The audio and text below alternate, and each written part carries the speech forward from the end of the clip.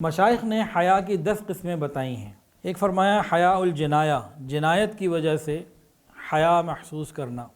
اس کی مثال جیسے حضرت آدم علیہ السلام کو منع کیا تھا شجرہ ممنوعہ کی چیز کھانے سے، وہ ان سے کھا لی گئی، جب انہوں نے کھا لیا تو انہوں نے بہت شرمندگی محسوس کی اور لباس اتر گیا، تو وہ بھاگے ایک طرف کو چلے اور درخت کے پتوں سے جو ہے نا اپنے جسم کو چھپایا۔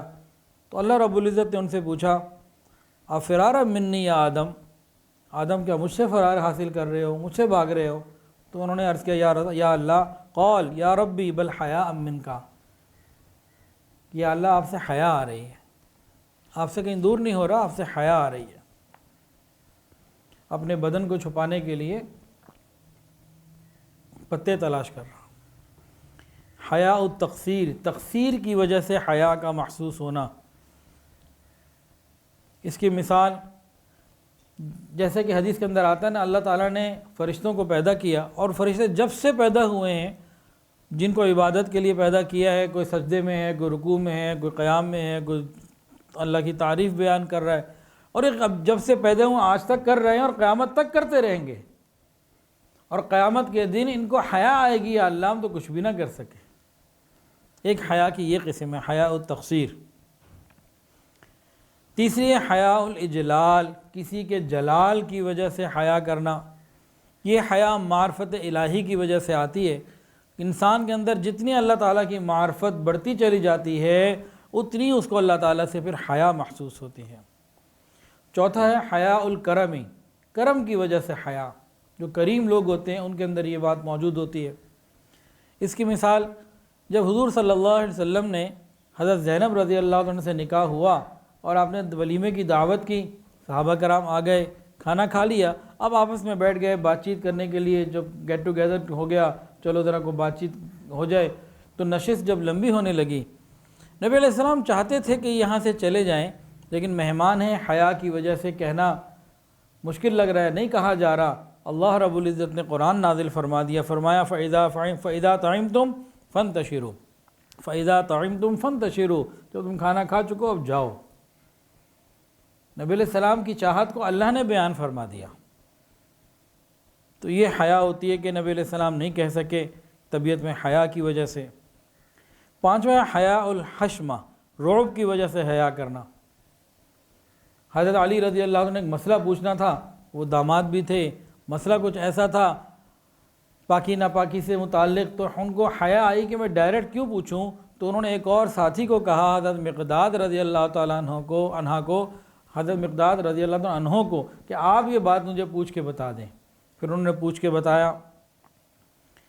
چھٹی چیز حیا الاستحقار، کسی چیز کے حقیر ہونے کی وجہ سے حیا کا ہونا، کہ بعض مرتبہ کسی بندے نے اللہ سے کوئی چیز مانگنی ہو، چیز بہت چھوٹی سی ہو، اسے حیا ہے میں یہ کیوں مانگوں۔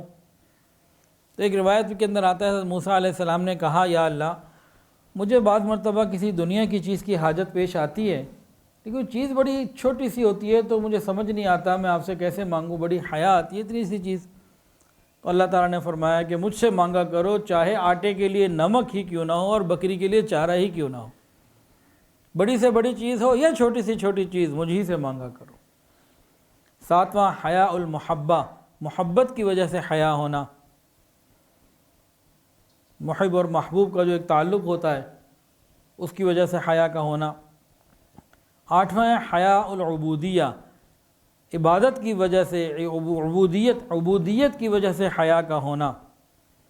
یہ حیا اللہ تعالیٰ کی محبت، اللہ تعالیٰ کے خوف اور اپنی عبادت کو کم تر سمجھنے کی وجہ سے پیدا ہوتی ہے۔ یہ مرکب ہے کہ اللہ کی محبت بھی ہے، اس کا خوف بھی ہے، اپنی عبادات کو انسان تھوڑا بھی سمجھتا ہے، اس کی شایان شان نہیں سمجھتا، اسے حیا آتی ہے کہ بھئی میں کچھ بھی نہ کر سکا۔ تو یہ ان چیزوں کا مرکب ہے۔ حیا الشرف والعزہ، شرف اور عزت حاصل ہونے کی وجہ سے حیا، یہ وہ حیا ہے جو یوسف علیہ السلام کو اللہ نے عطا فرمائی۔ اور 10واں حیا المرء من نفسی، بندے کو اپنے آپ سے حیا محسوس ہو کہ اللہ کی اتنی نعمتوں کو میں استعمال کر رہا ہوں اور پھر میں اس کی نافرمانی کر بیٹھتا ہوں، شکر ادا نہیں کر پاتا، تو اس کو خود ہی اپنے اندر حیا محسوس ہوتی ہے کہ بھئی میں کیا کر رہا ہوں، مشائخ اور صوفیاء کی نظر میں حیا کی جو اقسام ہیں انہوں نے 3 لکھی ہیں۔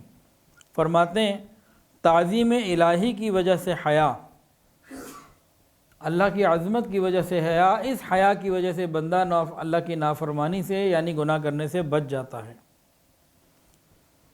دوسرا درجہ بتایا قرب الہی کی وجہ سے حیا، کہ جو اللہ کے مقرب بندے ہوتے ہیں ان کو اللہ کا خاص قرب ملا ہوا ہوتا ہے، ان کے دل میں اگر برے خیالات بھی پیدا ہوتے ہیں نا، ان خیالات کی وجہ سے بھی انہیں حیا آتی ہے کہ قیامت کے دن جب اللہ کے سامنے پیش ہوں گے، وہ تو دلوں کا حال جاننے والا پروردگار ہے، مجھے کتنی حیا آئے گی کہ میرے دل میں کیا کیا ہوتا تھا، میرے دل میں کتنی باتیں ہوتی تھی۔ یہ قرب الہی کی وجہ سے حیا ہوتی ہے۔ تیسرا فرمایا مشاہدہ الہی کی وجہ سے حیا، یہ حضور صلی اللہ علیہ وسلم کے اندر یہ والی حیا کامل تھی۔ ما زاغ البصر وما طغى، یہ اس حیا کی دلیل ہے کہ جب اللہ رب العزت کا دیدار محبوب الہی کو ملا تو اللہ فرماتے ہیں کہ آنکھیں جو نگاہیں تھیں یہ اپنی حد سے آگے نہیں بڑھیں۔ تو یہ حیا کی مختلف اقسام ہیں۔ ویڈیو کے نیچے سبسکرائب کے بٹن پہ کلک کریں، بیل کے آئیکن پہ کلک کیجئے تاکہ ہر نئی ویڈیو کی نوٹیفیکیشن آپ کو مل جائے۔